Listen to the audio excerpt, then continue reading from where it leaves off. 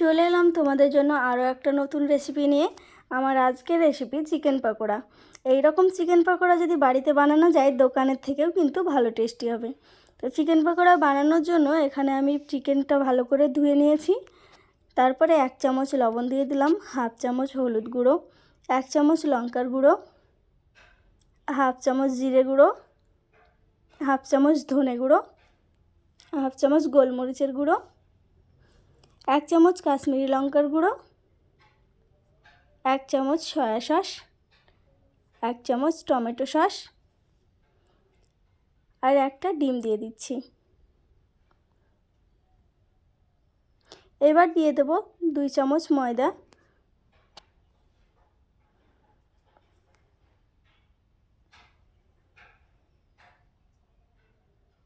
দুই চামচ ময়দা দিয়ে দিলাম। এবার 1 চামচ কর্নফ্লাওয়ার দিয়ে দিলাম। এবার সবগুলোকে আমি খুব সুন্দর করে মিশিয়ে নেব।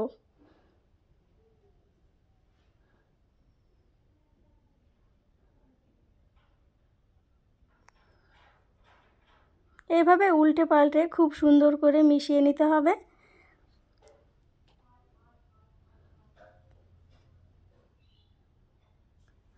আমার মেশানো হয়ে গেছে। এবার আমি 10 মিনিট রেস্টে রেখে দেব। 10 মিনিট পর এখানে আমি কড়াইতে তেল দিয়ে দিয়েছি, তেলটা গরম হয়ে গেছে। এবার আমি চিকেনগুলো একটা একটা করে তুলে দিয়ে দেবো এখানে। গ্যাসটা কিন্তু একদম লো হিটে রাখতে হবে, নাহলে ভাজাটাও ঠিকঠাক হবে না। এক এক করে আমি সবগুলো দিয়ে দিলাম। গ্যাসটা কিন্তু একদম কমানো আছে। এইভাবে 2-3 মিনিট ভাজতে হবে। এক সাইড ভাজা হয়ে গেছে। এবার আমি এইভাবে উল্টে দিচ্ছি। এইভাবে কাঁটা চামচের সাহায্যে উল্টে দিলে খুব ভালোভাবে একটা একটা করে উল্টানো যায়।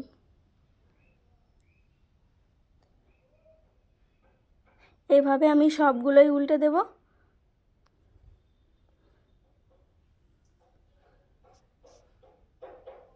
সবকটা উল্টানো হয়ে গেছে। আমি আবারও কিছুক্ষণ ভালো করে ভেজে নিচ্ছি। এবার তোমাদের দেখাচ্ছি দুই পাশ কিন্তু আমার সুন্দর ভাজা হয়ে গেছে। এই রকম উল্টে পাল্টে লাল লাল করে ভেজে নিতে হবে। গ্যাসটা যদি বাড়িয়ে দেওয়া যায় তাহলে কিন্তু উপরে লাল হয়ে যাবে, ভেতরটা সেদ্ধ হবে না। এইভাবে আমি সুন্দর করে দেখো ভেজে নিয়েছি, দেখতেই পাচ্ছ। এবার আমি উঠিয়ে নিচ্ছি।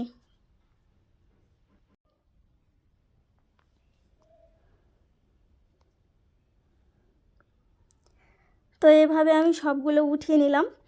দেখতে পাচ্ছ, দেখতে খুবই সুন্দর হয়েছে আর খেতেও কিন্তু অনেক টেস্টি।